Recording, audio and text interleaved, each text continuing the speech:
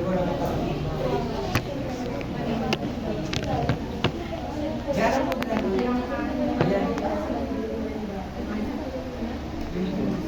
saan mo na mo? Baka magsalita mo.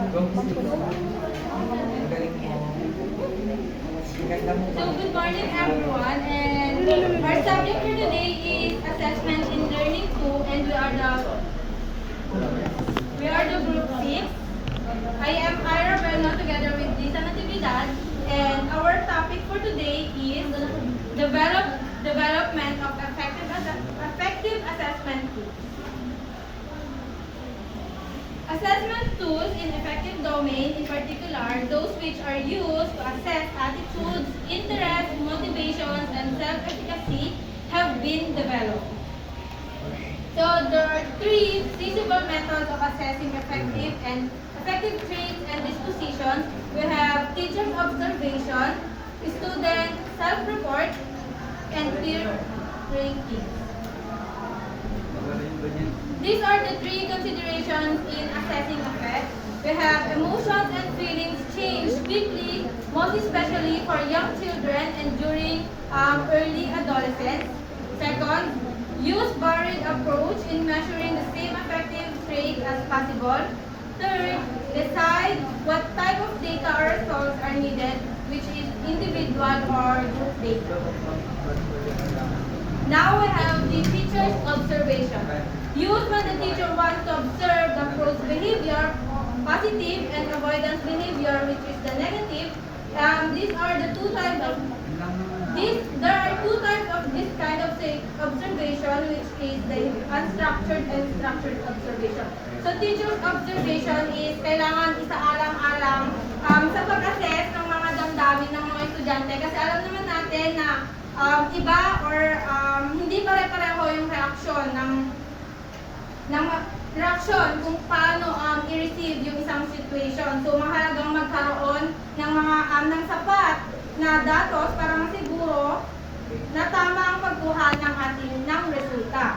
So next we have the two types of observation. We have unstructured observation, normally open-ended, no checklist or rating scale is used. Everything that is observed is just strictly recorded. So sa unstructured observation ay karaniwang walang tiyak na nagabay or checklist na sinusunod. Lahat ng nakikita or nararanasan ay nakukuha sa isang information. While sa structured observation naman ay may checklist or rating forms are to be made since it will be used. So meron itong tiyak na gabay o checklist na sinusunod para mas maging tiyak at organized ang makukuha mong information or resulta. So we have student self-report, student interview. There is an opportunity that teachers may have direct involvement with the students, wherein teachers can probe and respond for better understanding. So, sa interview sa mga student, may pagkakataon na magkakaroon ng direct na pakikisalamuhang guro sa mga mag-aaral, and kung saan maaaring magtanong at magbigay ng tugon upang mas mabuti nilang maunawaan ang mga mag-aaral. The surveys and questionnaires there are 2 types of using survey and questionnaires. The constructed response, which is straightforward approach asking students about their affect by responding to simple statement of question. And we have the selected response, in which students can choose from the options, and this assures anonymity. So sa paggamit naman ng survey at questionnaire, ito ay may dalawang uri, which is the constructed, sinabi ko nga kanina, response, and selected response, which is direct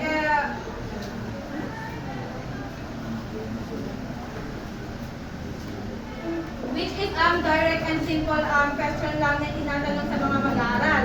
At ang selected response naman kung saan ay may options na pagpipilian ng mga students, at ito ay ang pagbibigay ng at ito ay may confidentiality. And and last, we have peer rating. This common method in assessing effect because students may not take this seriously. However, the teacher can accurately observe what is being assessed in peer rating since teachers also engage with the students. So the first thing na dapat nating malaman ay ang kahulugan ng assessing effect. So ito ay paraan ng pagtukoy sa mga emosyon at damdamin ng mga mag-aaral sa parang ginagamit sa pag-assess ng effect, and pinakakaunti at hindi gaano ginagamit ay ang structured observation. So sa ganitong paraan, maaaring hindi seryosohin ng mga mag-aaral ang pagtutukoy sa kanilang mga emosyon. Pero sa kabilang banda naman, ang mga guro ay maaaring mas makatotohanan ng mag-observe ng mga emosyon ng mga mag-aaral sa pamamagitan ng peer ratings dahil nakikipag-ugnayan din sila sa mga students. Okay, so next one, let's proceed about the sample affective assessment tools. So kung meron tayong tinatawag na affective assessment, meron din tayong kagamitan upang matukoy ang mga level ng performance ng ating mga estudyante, which is the assessment or the affective assessment tools. First one is the checklist. It says here that checklist contains criteria that focus on the intended outcome or target. It helps the student in organizing the tasks assigned to them into logically sequenced steps that will lead to successful completion of the task. This is our example of checklist. Naglalaman ng main, subject, and date, and yung mga important information na kailangan ng mga students. So, nakalagay dito, get works done on time. So, makikita ng estudyante kung ano pa yung mga kailangan nilang tapusin at hindi pa nila natatapos. Next one is the rating scale. Help the students understand the learning target outcome and focus the students' attention to the performance. So, meron silang inaasahan na dapat nilang matapos or learning outcomes or yung target nila.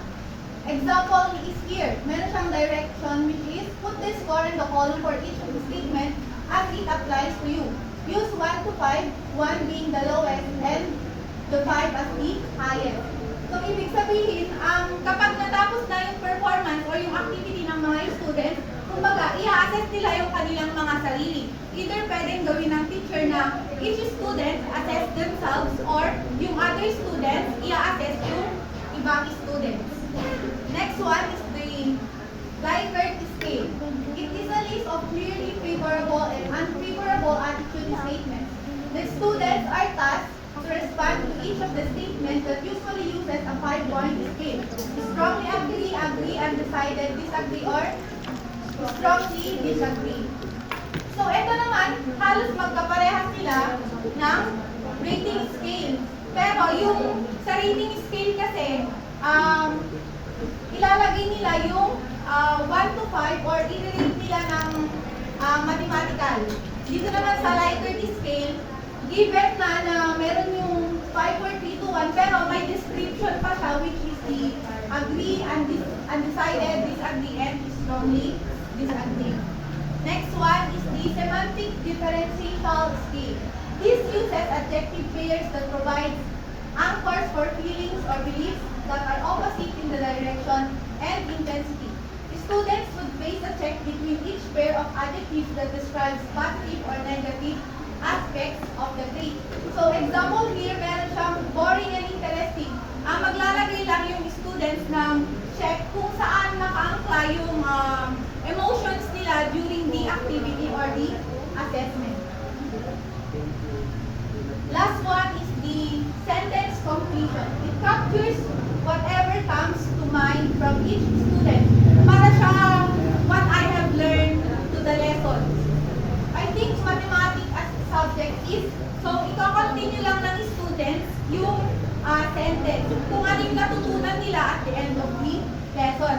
Yun ang magiging learning outcome ng affective assessment tools. That's the end of our report.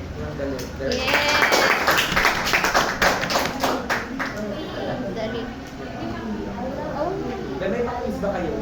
Ngayon. Ilang items? 50. 10 mga pula. O, number 1 na agad. Okay, wala akong I-stop ko na to.